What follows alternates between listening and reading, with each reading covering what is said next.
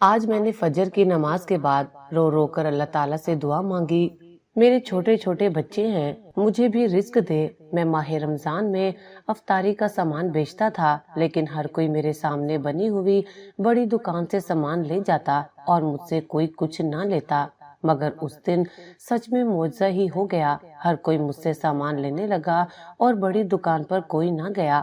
کچھ دن بعد پولیس آئی اور مجھے تھپڑ مارتے ہوئے جیل لے گئی۔ میں نے اپنا قصور پوچھا تو پولیس والے کی بات سن کر میرا کلیجہ منہ کو آ گیا، کیونکہ رات کا سناٹا تھا اور میں ہوٹل بند کر کے گھر جا رہا تھا۔ دن بھر کام کی تھکن جسم پر طاری تھی، مگر ذہن مکمل طور پر جاگ رہا تھا۔ میں نے اپنی جیب میں ہاتھ ڈالا تو کچھ سکے بجنے کی آواز آئی۔ دل میں ایک عجیب سا اطمینان تھا کہ دن اچھا گزرا ہے، مگر پھر اچانک خاموشی میں ایک چیخ گونجی اور میری ریڑھ کی ہڈی میں سنسناہٹ دوڑ گئی۔ میں نے فوراً پلٹ کر دیکھا، سامنے ایک اندھیری گلی میں دو سائے نظر آ رہے تھے۔ ایک لڑکی خوفزدہ ہو کر پیچھے ہٹ رہی تھی، جبکہ دو آدمی اس کی طرف بڑھ رہے تھے۔ چھوڑو مجھے، کیوں میرے پیچھے پڑ گئے ہو؟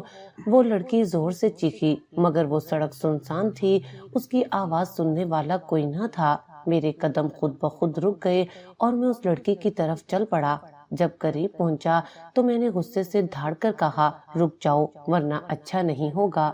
وہ دونوں آدمی ٹھٹک کر رکے اور مجھے دیکھ کر ایک دوسرے کی طرف معنی خیز نظروں سے دیکھنے لگے۔ چلے جاؤ یہاں سے، یہ معاملہ تمہارا نہیں ہے۔ ان میں سے ایک نے چیخ کر کہا، یہ معاملہ اب میرا ہے۔ میں نے مٹھی بھینچ کر کہا اور بنا سوچے سمجھے ایک آدمی کو زور سے دھکا دے دیا۔ دوسرے نے مجھے مارنے کی کوشش کی، مگر میں پہلے ہی الرٹ تھا۔ میں نے ایک زوردار گھونسا اس کے منہ پر مارا، وہ لڑکھڑا کر زمین پر گرا۔ لڑکی بھاگ کر فوراً سے میرے پیچھے آ گئی، وہ خوف سے کانپ رہی تھی۔ چند لمحوں بعد وہ دونوں بھاگ گئے اور میں نے پلٹ کر لڑکی کو دیکھا، وہ ابھی تک سہمی ہوئی تھی، اس کی آنکھوں میں آنسو تھے۔ تم ٹھیک ہو؟ میں نے نرمی سے پوچھا۔ وہ آہستہ سے سر ہلا کر بولی، ہاں، اگر تم وقت پر نہ آتے تو شاید آج میری زندگی برباد ہو جاتی۔ یہ میری زینت سے پہلی ملاقات تھی، ایک حادثہ، ایک لمحہ اور ایک ایسی کہانی جو میرے وہم و گمان میں بھی نہ تھی۔ میں نے زینب کو تسلی دی اور پوچھا، تم یہاں کیا کر رہی تھی؟ وہ کانپتی ہوئی آواز میں بولی، میں یہاں کسی کام سے آئی تھی، مگر راستے میں وہ لوگ میرا پیچھا کرنے لگے۔ میں ڈر گئی تھی، مجھے اس کی آنکھوں میں خوف نظر آیا۔ تمہارے گھر والے کہاں ہیں؟ وہ کچھ لمحے خاموش رہی، پھر آہستہ سے بولی، میں یتیم ہوں، مجھے اس شہر میں کوئی نہیں جانتا، میں بس نوکری کی تلاش میں ہوں۔ میرا دل پس گیا، اگر تم چاہو تو میرے ہوٹل میں کام کر سکتی ہو۔ یہ جملہ میرے منہ سے بے اختیار نکل گیا۔ اگلے ہی دن زینب میرے ہوٹل میں کام کرنے لگی۔ وہ محنتی تھی، سلجھی ہوئی تھی اور ہوٹل کے معاملات بہت اچھے طریقے سے سنبھالنے لگی۔ شروع میں وہ بس ایک ملازمہ تھی، مگر جیسے جیسے وقت گزرتا گیا میں نے محسوس کیا کہ وہ میری زندگی کا ایک اہم حصہ بنتی جا رہی تھی۔ زینب خوبصورت تھی، ہمدرد تھی اور اس کی مسکراہٹ میرے دن کا سب سے خوبصورت لمحہ بن گئی تھی۔ مجھے اس سے محبت ہونے لگی تھی۔ مجھے نہیں معلوم تھا کہ وہ کب میرے دل میں اتنی جگہ بنا چکی تھی، مگر ایک دن میں نے خود سے اعتراف کر لیا، مجھے زینب پسند ہے، شاید یہ محبت ہے۔ میں نے کئی بار سوچا کہ میں زینب سے اپنے جذبات کا اظہار کروں، مگر ہر بار خود کو روک لیتا۔ کیا وہ بھی مجھ سے محبت کرتی ہے یا یہ سب میرا وہم ہے؟ چند مہینے گزر گئے اور میرے ہوٹل کی کمائی بڑھنے لگی۔ میں نے زینب پر بھروسہ کیا، یہاں تک کہ اسے اکاؤنٹ سنبھالنے کی اجازت دے دی۔ حیدر، تم فکر نہ کرو، میں سب سنبھال لوں گی، وہ ہمیشہ یہی کہتی اور میں اس کی باتوں پر آنکھ بند کر کے یقین کر لیتا۔ پیسے بڑھ رہے تھے، کاروبار ترقی کر رہا تھا اور میں سوچ رہا تھا کہ جلد ہی زینب سے اپنے جذبات کا اظہار کر دوں گا، شاید وہ بھی میرے لیے کچھ محسوس کرتی ہو۔ لیکن پھر وہ دن آ گیا جس نے میری دنیا اندھیروں میں دھکیل دی۔ اس دن میں ایک سپلائر سے ملنے گیا تھا۔ ہوٹل کا کام زینب کے حوالے کر کے میں مکمل طور پر پرسکون تھا کہ زینب میرا پیسہ، میرا ہوٹل سب کچھ سنبھالے گی۔ جب میں رات کو واپس آیا تو جیسے قیامت آ چکی تھی۔ ہوٹل خالی تھا، گلا سڑا کھانا میزوں پر رکھا تھا،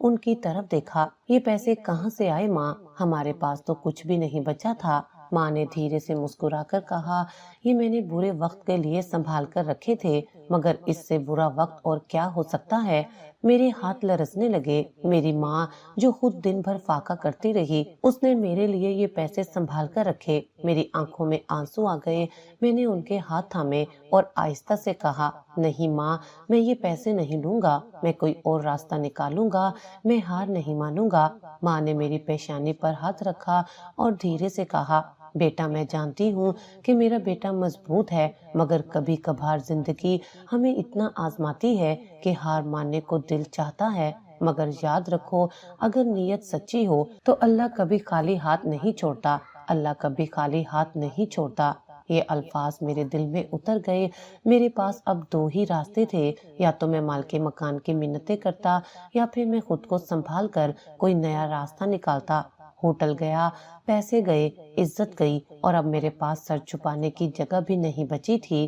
جب ہوٹل کے مالک نے مجھے نکالا تو مجھے امید تھی کہ شاید کوئی اور کام مل جائے گا، مگر قسمت میرے خلاف ہو چکی تھی۔ ہر جگہ دھکے کھائے، دروازے کھٹکھٹائے، مگر جواب ہر جگہ ایک ہی ملا، ابھی نوکریاں دستیاب نہیں ہیں۔ میں دن بھر بھوکا پیاسا گھومتا رہا۔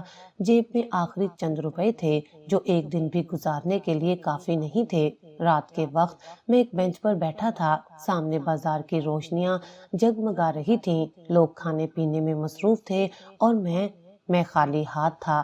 یہ وہ وقت تھا جب مجھے پہلی بار احساس ہوا کہ جب تمہارے پاس کچھ نہیں ہوتا تو دنیا تمہیں بھول جاتی ہے۔ 2 دن تک میں نے کچھ نہیں کھایا، پیٹ میں آگ لگی تھی، مگر جیب میں کچھ نہیں تھا۔ ایک دن ایک پرانے دوست کے پاس گیا، مدد مانگی، مگر اس کے چہرے پر ہمدردی کی بجائے طنز تھا۔ حیدر، تم نے ایک اجنبی پر بھروسہ کیا تھا، اب اس کا خمیازہ بھگتو۔ یہ سن کر میں خاموشی سے واپس پلٹ آیا۔ جب دنیا تمہیں چھوڑ دیتی ہے تو صرف اللہ ہی تمہارا سہارا ہوتا ہے۔ میں نے فیصلہ کیا کہ میں دوبارہ کھڑا ہوں گا، چاہے جتنا بھی مشکل ہو۔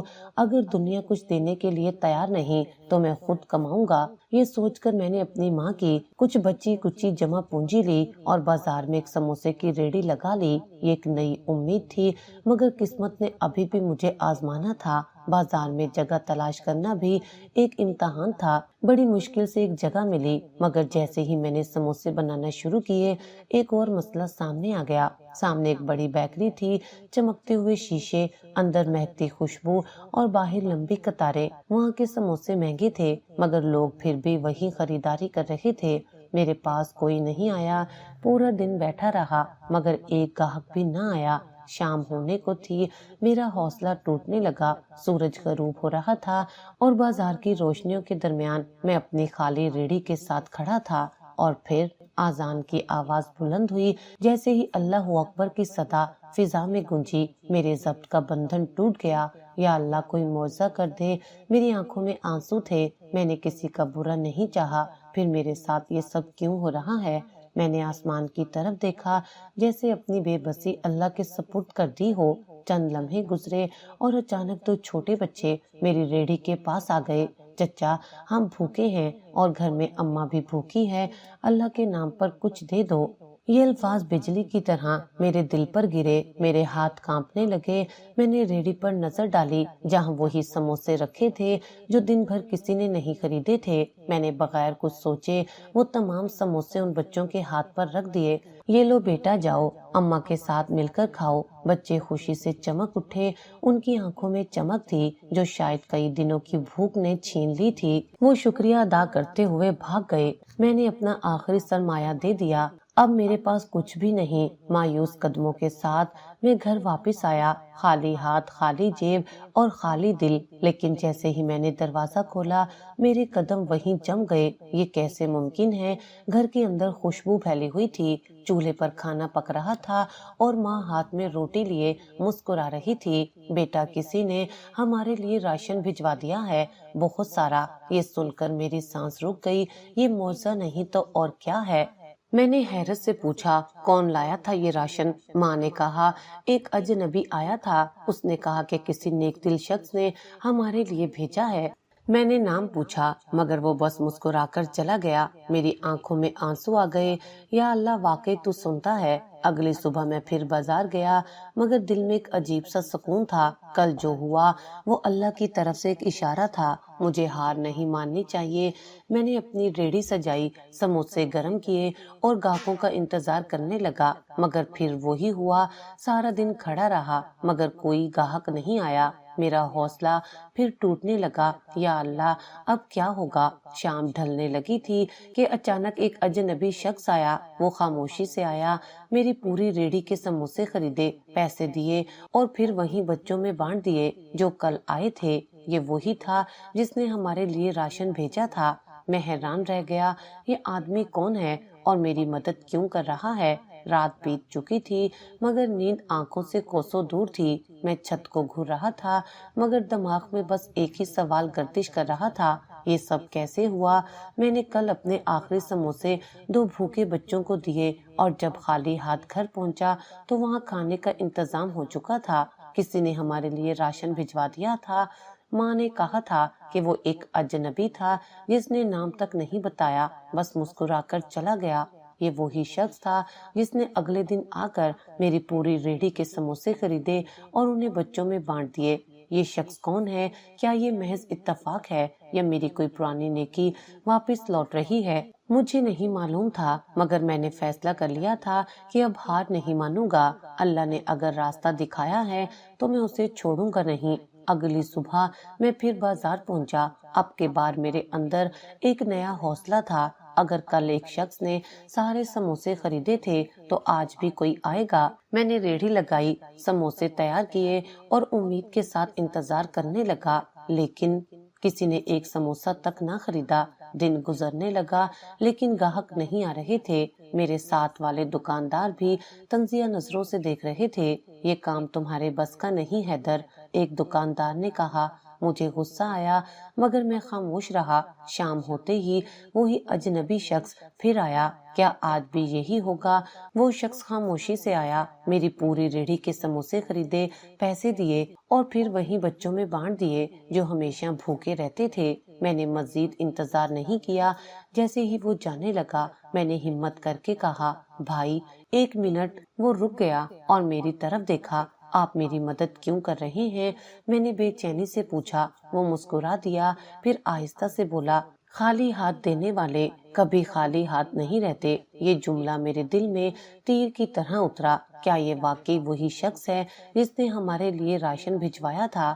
اگلے دن یہی شخص جب میرے سموسے خرید رہا تھا تو پاس سے گزرتے ایک امیر آدمی نے یہ منظر دیکھا۔ اس نے مجھ سے پوچھا، کیا واقعی تمہارے سموسے اتنے اچھے ہیں؟ میں نے فوراً کہا، جی صاحب، بالکل۔ اس نے مجھ سے 1 درجن سموسے خرید لیے۔ یہ پہلا دن تھا جب میری ریڑھی پر کسی نے پیسے دے کر کچھ خریدا تھا۔ میری خوشی کی انتہا نہ رہی۔ شاید اللہ نے میرا راستہ کھول دیا ہے۔ رات کو میں پھر اس اجنبی کے بارے میں سوچ رہا تھا۔ اگلی صبح میں نے فیصلہ کیا کہ میں اس کا پیچھا کروں گا۔ وہ ہمیشہ سموسے خرید کر بچوں میں بانٹ دیتا تھا۔ اس بار جیسے ہی وہ نکلا میں خاموشی سے اس کے پیچھے چلنے لگا۔ کچھ ہی دیر بعد وہ ایک چھوٹے سے دروازے کے قریب رکا۔ یہ ایک یتیم خانہ تھا۔ وہ اندر گیا اور میں نے دروازے کی دراز سے جھانک کر دیکھا، وہ بچوں میں سموسے بانٹ رہا تھا۔ یہ دیکھ کر میرے قدم وہیں جم گئے۔ میرے دماغ میں ہزاروں سوال گھومنے لگے۔ یہ شخص ان یتیم بچوں کی مدد کر رہا ہے، لیکن یہ سب کیسے؟ میں نے آہستہ سے دروازہ کھولا اور اندر داخل ہوا۔ جیسے ہی وہ شخص مڑا میں نے پوچھا، بھائی آپ کون ہیں اور یہ سب کیوں کر رہے ہیں؟ وہ مسکرا دیا، کیا تمہیں واقعی جاننے کی خواہش ہے؟ میں نے زور سے سر ہلایا۔ پھر وہ آہستہ سے بولا، کبھی کسی نے میری بھی مدد کی تھی اور آج میں وہی لوٹا رہا ہوں۔ یہ سن کر میں چونک گیا۔ کیا مطلب؟ وہ شخص مجھے یتیم خانے کے اندر لے گیا۔ یہ وہ بچے ہیں جنہیں دنیا نے چھوڑ دیا ہے۔ وہ آہستہ سے بولا، کچھ کے والدین حادثے میں مارے گئے، کچھ کو ان کے اپنے رشتہ داروں نے بے سہارا چھوڑ دیا۔ میرے دل میں ایک عجیب سی بے چینی ہونے لگی۔ کیا واقعی دنیا میں ایسے لوگ بھی ہوتے ہیں جو نیکی کو لوٹاتے ہیں؟ پھر اچانک اس نے ایک حیران کن بات کہی، حیدر تم نے ایک دن ایک بھوکے بچے کو کھانا دیا تھا، یاد ہے؟ میرے دماغ میں بجلی سی گوندی۔ ہاں، برسوں پہلے میں نے ایک بھوکے بچے کو سموسے کھلائے تھے، مگر وہ بات تو میں کب کا بھول چکا تھا۔ کیا تم نے ایک دن کسی بھوکے بچے کو کھانا دیا تھا؟ یہ سوال میرے دماغ میں دھماکے کی طرح گونجا۔ کیا یہ وہی بچہ تھا جسے میں نے برسوں پہلے کھانا دیا تھا؟ میرے ذہن میں ماضی کی تصویریں گھومنے لگیں۔ ایک چھوٹا سا بچہ، میلے کپڑے، بھوک سے نڈھال، اور میں نے اپنے سموسے اس کے ہاتھ میں رکھ دیے تھے۔ کیا یہ وہی تھا؟ کیا وہی نیکی لوٹ کر آئی تھی؟ میں نے کانپتی آواز میں پوچھا، وہ بچہ تم تھے؟ وہ شخص مسکرایا اور آہستہ سے سر ہلایا۔ ہاں حیدر، میں وہی بچہ ہوں۔ میری آنکھوں میں آنسو آ گئے۔ نیکی کبھی ضائع نہیں جاتی۔ میں سکتے میں تھا، یہ کیسے ہو سکتا ہے؟ میں نے تو وہ نیکی بھلا دی تھی، مگر اللہ نے نہیں بھلائی۔ وہ شخص بولا، تم نے مجھے کھانے کے لیے دیا تھا، اور وہ دن میری زندگی کا اہم ترین دن تھا۔ میں نے اسی دن سوچا تھا کہ جب میں بڑا ہوں گا تو کسی نہ کسی دن میں یہ نیکی لوٹاؤں گا۔ میں نے حیرانی سے پوچھا، مگر تم نے یہ سب کیسے کیا؟ میں نے برسوں محنت کی، کام کیا، اور اللہ نے میرے رزق میں برکت دی۔ جب میں کامیاب ہوا تو سب سے پہلے میں نے وہی کیا جو تم نے میرے لیے کیا تھا، نیکی۔ میری آنکھوں میں آنسو آ گئے۔ میں تو خالی ہاتھ تھا، مگر اللہ نے مجھے بھر دیا۔ پھر اس نے کہا، حیدر، میں تمہیں ایک موقع دینا چاہتا ہوں۔ میں نے حیرت سے پوچھا، کیسا موقع؟ وہ سنجیدہ لہجے میں بولا، کیا تم ان بچوں کے لیے کچھ کرنا چاہو گے؟ یہ سوال سن کر میں الجھ گیا۔ میں کیا کر سکتا ہوں؟ میں خود ایک معمولی سا آدمی ہوں۔ میں ان بچوں کے لیے کیا کر سکتا ہوں؟ جیسے وہ میرے دل کی بات سن چکا ہو، وہ مسکرا کر بولا، تمہیں زیادہ کچھ نہیں کرنا، بس وہی کرنا ہے جو تم کرتے ہو، محنت۔ میں سوچ میں پڑ گیا۔ میں نے جواب دیا، مگر میں خود مشکل میں ہوں، میں ان بچوں کی کیسے مدد کر سکتا ہوں؟ اس نے میری طرف دیکھا اور بولا، تمہیں اپنے سموسے کی ریڑھی یاد ہے؟ اگر تم اسے یتیم بچوں کے لیے استعمال کرو تو کیسا رہے گا؟ کیا میں اپنی ریڑھی کو ان بچوں کے کھانے کے لیے استعمال کروں؟ یہ خیال میرے ذہن میں کبھی نہیں آیا تھا۔ میں نے خود سے سوال کیا، کیا میں صرف اپنی زندگی گزارنے کے لیے جی رہا ہوں، یا مجھے کسی اور کے لیے بھی جینا چاہیے؟ پھر مجھے وہ لمحہ یاد آیا جب میں خالی ہاتھ گھر لوٹا تھا اور اللہ نے معجزہ کر دیا تھا۔ تو اللہ نے مجھے خالی نہیں رکھا تھا۔ شاید یہ وہی راستہ ہے جس پر مجھے چلنا تھا۔ میں نے ایک گہری سانس لی اور کہا، ٹھیک ہے، میں تیار ہوں۔ اگلے دن میں نے اپنے سموسے کی ریڑھی پر لکھا، یتیم بچوں کے لیے مفت کھانا۔ یہ دیکھ کر لوگ حیران رہ گئے۔ ایک آدمی آیا اور بولا، کیا تم پاگل ہو گئے ہو؟ تمہاری اپنی حالت خراب ہے اور تم دوسروں کو کھانا دے رہے ہو۔ میں نے مسکرا کر جواب دیا، جب اللہ دیتا ہے تو بندہ بھی دے سکتا ہے۔ پھر وہی دو بچے آئے جو پہلے دن سموسے لینے آئے تھے۔ میں نے ان کے ہاتھوں میں گرم سموسے رکھے اور ان کی آنکھوں میں جو چمک تھی وہ میں کبھی نہیں بھول سکتا۔ یہ میری اصل کمائی تھی۔ چند دن بعد وہی اجنبی شخص میرے پاس آیا اور بولا، کیا تم واقعی ان بچوں کے لیے کچھ کرنا چاہتے ہو؟ میں نے زور سے سر ہلایا، ہاں بالکل۔ اس نے مسکرا کر کہا، تو پھر ایک کام کرو، میرے ساتھ چلو۔ میں حیرانی سے اس کے ساتھ چل دیا۔ وہ مجھے ایک سنسان گلی میں لے گیا جہاں ایک پرانا سا ہوٹل تھا۔ یہ ہوٹل میرا ہے، مگر میں اسے چلانے کے لیے کسی ایماندار آدمی کی تلاش میں تھا۔ اگر تم چاہو تو میں یہ تمہیں دے سکتا ہوں۔ میری آنکھیں حیرت سے پھیل گئیں۔ کیا یہ ہوٹل میرے لیے؟ وہ بولا، ہاں تمہارے لیے، مگر شرط یہ ہے کہ یہاں کوئی بھوکا نہیں سوئے گا۔ میں سکتے میں تھا، مجھے یقین نہیں آ رہا تھا۔ میں کل تک ایک عام سا آدمی تھا جو بازار میں سموسے بیچ کر 2 وقت کی روٹی کمانے کی کوشش کر رہا تھا، اور آج میرے سامنے ایک ہوٹل کھڑا تھا جو میرا ہونے والا تھا۔ کیا واقعی قسمت نے مجھے دوسرا موقع دیا ہے؟ میرے ساتھ کھڑے وہی اجنبی شخص جو میرا مددگار بن چکا تھا مجھے دیکھ کر مسکرا رہا تھا۔ یہ تمہارا ہے حیدر، وہ بولا، لیکن یاد رکھو شرط وہی ہے، یہاں کوئی بھوکا نہیں سوئے گا۔ میرے ذہن میں ہزاروں سوال گردش کر رہے تھے۔ میں نے کبھی ہوٹل نہیں چلایا، میں یہ سب کیسے سنبھالوں گا؟ اگر میں ناکام ہو گیا تو پھر مجھے اپنا ماضی یاد آیا، وہ دن جب میں خالی ہاتھ گھر لوٹا تھا، وہ وقت جب میری ماں نے آنسو چھپائے تھے، وہ لمحہ جب میں نے 2 معصوم بچوں کو بھوکا دیکھا تھا۔ میں نے ایک گہری سانس لی اور دل میں کہا، اللہ نے اگر موقع دیا ہے تو میں اسے چھوڑوں گا نہیں۔ میں نے اس شخص کی طرف دیکھا اور کہا، میں تیار ہوں۔ اگلے دن میں نے ہوٹل کی صفائی شروع کی۔ یہ جگہ بہت پرانی تھی، دیواریں جگہ جگہ سے خستہ حال تھی، فرنیچر پرانی لکڑی کا تھا اور باورچی خانے میں چولہا زنگ آلود تھا۔ یہ کام آسان نہیں ہوگا۔ میں نے پرانی کرسیاں ٹھیک کروائیں، دیواروں پر سفیدی کرائی اور جو کچھ میرے پاس تھا اس سے کام چلانے کی کوشش کی، لیکن اصل مسئلہ کچھ اور تھا۔ گاہک کہاں سے آئیں گے؟ بازار میں پہلے ہی بڑے بڑے ہوٹل موجود تھے، چمکتی ہوئی بیکریاں، بڑے بڑے ریسٹورینٹ اور میری یہ چھوٹی سی جگہ۔ میں نے اپنے ہوٹل کے باہر ایک چھوٹا سا بینر لگا دیا، یہاں کوئی بھوکا نہیں سوئے گا۔ پہلا دن آیا، میں نے چولہے پر دیگ چڑھائی اور انتظار کرنے لگا، لیکن کوئی بھی نہیں آیا۔ گھنٹوں گزر گئے مگر ایک بھی گاہک نہیں آیا۔ پھر اچانک ایک بوڑھا شخص کانپتے ہاتھوں کے ساتھ اندر آیا۔ اس کے کپڑے بوسیدہ تھے اور چہرے پر بھوک کے آثار نمایاں تھے۔ بیٹا، میرے پاس پیسے نہیں مگر کئی دنوں سے بھوکا ہوں، اگر کچھ کھانے کو دے دو۔ یہ لمحہ میرے لیے آزمائش تھا۔ اگر میں نے اسے کھانا دے دیا تو میرے پاس بیچنے کے لیے کچھ نہیں ہوگا، مگر کیا اللہ مجھے خالی چھوڑ دے گا؟ میں نے دیگ سے ایک پلیٹ بھر کر اس بوڑھے شخص کے آگے رکھ دی۔ یہ لیں بابا جی، جتنا چاہے کھائیں۔ بوڑھے کی آنکھوں میں آنسو آ گئے۔ بیٹا، اللہ تمہیں کبھی خالی نہیں رکھے گا۔ بوڑھے شخص کے جانے کے کچھ ہی دیر بعد دروازے پر ایک قیمتی گاڑی آ کر رکی۔ ایک امیر آدمی اندر آیا، اس کی نظریں گھومی اور پھر مجھ سے پوچھا، یہاں کھانے کا اچھا بندوبست ہے؟ میں نے سر ہلایا، جی بالکل، میرے آفس کے لیے روزانہ کھانے کا آرڈر چاہیے، کیا تم یہ کر سکتے ہو؟ میری آنکھیں حیرت سے پھیل گئیں، یہ تو میں نے سوچا بھی نہیں تھا۔ میں نے جھجکتے ہوئے کہا، جی میں کر لوں گا۔ اس نے مجھے ایک بڑی رقم ایڈوانس میں دے دی تاکہ میں مزید سامان خرید سکوں۔ یا اللہ، میں نے ایک نیکی کی اور تو نے مجھے اتنا نواز دیا، لیکن قسمت نے ابھی مجھے مزید آزمائشوں سے گزارنا تھا۔ اگلے دن جب میں بازار میں مزید سامان خریدنے گیا تو وہاں بیکری کے مالک نے مجھے دیکھ کر طنزیہ ہنسی۔ یہ وہی شخص تھا جس کی بیکری کے سامنے میں نے کبھی سموسے بیچنے کی کوشش کی تھی اور وہاں کوئی نہیں آتا تھا۔ حیدر، میں نے سنا ہے کہ تم نے ہوٹل کھولیا ہے، وہ زہریلی مسکراہٹ کے ساتھ بولا۔ میں نے سنجیدگی سے جواب دیا، ہاں اللہ کا شکر ہے، لیکن تم شاید بھول گئے ہو کہ یہاں کاروبار ایسے نہیں چلتا۔ اس نے قریب آ کر کہا۔ میں نے حیرانی سے پوچھا، کیا مطلب؟ اگر تم نے یہ ہوٹل زیادہ دن تک چلایا تو سمجھو مشکلات تمہارا مقدر بن چکی ہیں۔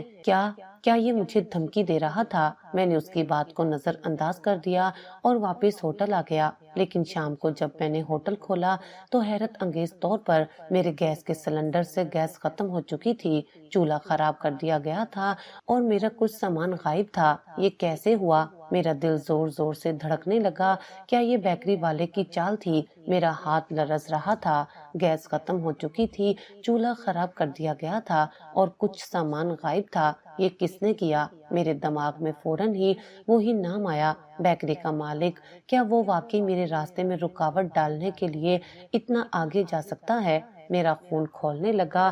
میں نے خود کو قابو میں رکھا۔ اگر میں نے جذبات میں کوئی غلط قدم اٹھایا تو وہی لوگ جو میری کامیابی نہیں چاہتے میرا تماشا بنا دیں گے۔ مجھے صبر سے کام لینا تھا، مگر میں جانتا تھا کہ یہ جنگ ابھی ختم نہیں ہوئی تھی۔ اگلے دن میں بازار گیا تاکہ نیا گیس سلنڈر خرید سکوں۔ جب میں بیکری کے پاس سے گزرا تو مالک وہاں کھڑا میرا ہی انتظار کر رہا تھا۔ حیدر، سنا ہے تمہارا ہوٹل بند پڑا تھا؟ وہ زہریلی مسکراہٹ کے ساتھ بولا۔ میں نے گہری سانس لی اور کہا، ہاں، کسی نے میرے چولہے کے ساتھ چھیڑ چھاڑ کی ہے۔ افسوس ہوا سن کر، لیکن کاروبار میں ایسا ہوتا رہتا ہے، اس نے طنزیہ لہجے میں کہا۔ میں نے اس کی آنکھوں میں دیکھا اور کہا، اگر تمہیں لگتا ہے کہ یہ سب کر کے تم مجھے روک سکتے ہو تو تم غلط سوچ رہے ہو۔ وہ ہنسا۔ حیدر، تم ابھی بچے ہو، یہ بازار کسی کو بھی آسانی سے کامیاب نہیں ہونے دیتا۔ یا تو تم راستہ بدل لو یا پھر تیار رہو کہ اگلی بار زیادہ نقصان ہوگا۔ یہ سیدھی دھمکی تھی۔ میں نے غصہ ضبط کرتے ہوئے کہا، میرا راستہ اللہ نے بنایا ہے اور جب اللہ ساتھ ہو تو کوئی نقصان نہیں پہنچا سکتا۔ یہ کہہ کر میں وہاں سے چلا گیا، مگر میں جانتا تھا کہ اب مجھے پہلے سے زیادہ محتاط رہنا ہوگا۔ 2 دن بعد میں نے ہوٹل کا نظام دوبارہ چلانا شروع کر دیا۔ میں نے نیا گیس سلنڈر خریدا، سامان دوبارہ مکمل کیا اور کھانا تیار کیا۔ گاہک آ رہے تھے اور کام پہلے سے بہتر ہو رہا تھا، لیکن دشمن خاموش نہیں بیٹھتا تھا۔ شام کو اچانک 3 آدمی ہوٹل میں داخل ہوئے۔ وہ جارحانہ انداز میں آئے اور ایک میز پر زور سے ہاتھ مارا۔ حیدر، یہ کھانا ہم نہیں کھائیں گے کیونکہ یہ مفت میں دیا جاتا ہے اور مفت کا کھانا ہمیشہ گھٹیا ہوتا ہے۔ ہوٹل میں موجود دوسرے لوگ چونک کر انہیں دیکھنے لگے۔ یہ لوگ میرا تماشا بنانے آئے تھے۔ میں نے ان کی آنکھوں میں دیکھا اور مجھے سمجھ آ گیا کہ یہ بیکری والے کے آدمی تھے۔ یہ مجھے بدنام کرنے کے لیے آئے ہیں۔ میرے اندر غصہ بھڑک اٹھا، مگر میں نے تحمل سے کہا، اگر کھانا پسند نہیں آیا تو آپ جا سکتے ہیں۔ دیکھو، یہ مان رہا ہے کہ اس کا کھانا گھٹیا ہے۔ ان میں سے ایک بولا۔ اب ہوٹل کے باقی گاہک بھی شک کرنے لگے، یہ سب جان بوجھ کر ہو رہا ہے۔ میں نے ایک گہری سانس لی، پھر مضبوط لہجے میں کہا، جو یہاں کھانے آتے ہیں وہ اپنا فیصلہ خود کریں گے۔ میرا کھانا اللہ کے نام پر بنتا ہے اور جو اللہ کے نام پر دیا جائے وہ گھٹیا نہیں ہو سکتا۔ پھر میں نے ایک ویٹر سے کہا، ان کے لیے کھانا لاؤ اور اگر انہیں پسند نہ آئے تو میں ان سے معافی مانگ لوں گا۔ یہ سن کر ہوٹل میں بیٹھے باقی گاہک میری حمایت میں بولے، ہاں پہلے کھا کر دیکھو پھر بات کرنا۔ وہ لوگ لاجواب ہو گئے اور غصے سے باہر نکل گئے۔ یہ میرا پہلا امتحان تھا اور میں نے ہار نہیں مانی۔ اگلے چند دنوں میں میرے ہوٹل کا نام پھیلنے لگا۔ لوگ جاننے لگے کہ یہاں کوئی بھوکا نہیں سوتا۔ بہت سے لوگ جو پہلے بیکری سے کھاتے تھے اب میرے ہوٹل کا رخ کرنے لگے۔ یہی وہ چیز تھی جو میرے دشمنوں کو برداشت نہیں ہو رہی تھی۔ بیکری کا مالک اب خاموش نہیں بیٹھا تھا۔ ایک دن بازار میں ایک افواہ پھیل گئی، حیدر کے ہوٹل کا کھانا غیر معیاری ہے، وہاں کی دیگ میں خراب چیزیں ملائی جاتی ہیں۔ یہ افواہ سن کر میرے ہوٹل کے گاہک کم ہونے لگے۔ یہ سب کچھ مجھے نیچے گرانے کے لیے ہو رہا ہے۔ میں نے فیصلہ کیا کہ اب میں خاموش نہیں رہوں گا۔ میں نے شہر کے ایک بڑے فوڈ انسپیکٹر کو خود فون کیا اور کہا، میری دیگوں کا معائنہ کر لیں، اگر میرے کھانے میں کچھ غلط ہوا تو میں ہوٹل بند کر دوں گا۔ یہ خبر جنگل کی آگ کی طرح بازار میں پھیل گئی۔ اگر میں سچا ہوں تو اللہ مجھے کامیاب کرے گا۔